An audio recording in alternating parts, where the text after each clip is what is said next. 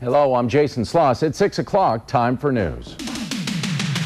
Now from the desert's news leader, KESQ News Channel 3 HD at 6.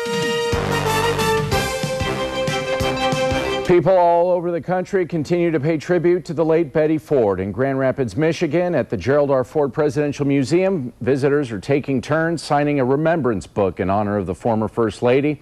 For this, the museum lobby is staying open around the clock until Mrs. Ford is buried next to her husband on the museum grounds. Tonight we have continuing coverage on the death of the Coachella Valley's First Lady, Betty Ford. Funeral services in Palm Desert are set for Tuesday. We've learned that former First Lady Rosalind Carter will give the eulogy, and journalist Cokie Roberts and a University of Michigan dean will also offer tributes during the service.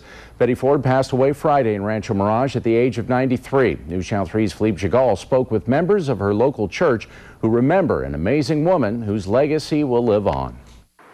The parking lot was filled as it typically is on a Sunday morning. Members of St. Margaret's Episcopal Church slowly making the walk to take their seat in the pews. But several people also took the time to stroll down memory lane, reliving their encounters with the late Betty Ford. She's wonderful. She's beautiful. And I saw both of the Fords here.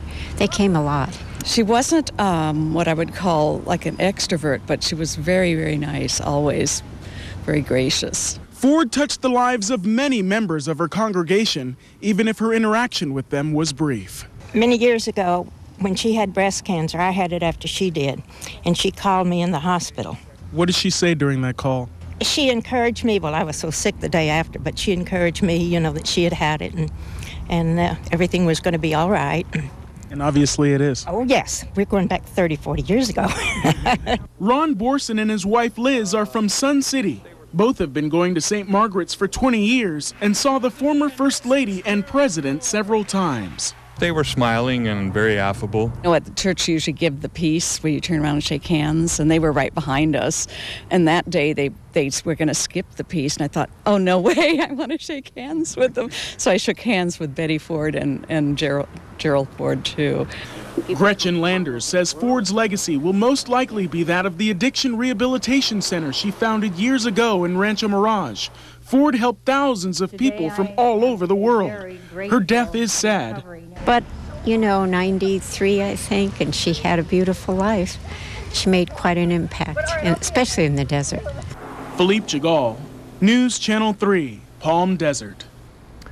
Services for Betty Ford are Tuesday. Her casket will arrive at St. Margaret's Episcopal Church in Palm Desert at 11 in the morning. Services will begin at 2 in the afternoon and go until 3:30. A public repose will then be held from 5 until midnight. On Wednesday at 9 a.m., a motorcade will leave for Palm Springs International, where a military plane will depart for Michigan. The Ford family and casket is expected to arrive in Michigan around 2 in the afternoon, Palm Springs time. More services will be held in Grand Rapids, where Mrs. Ford will be buried.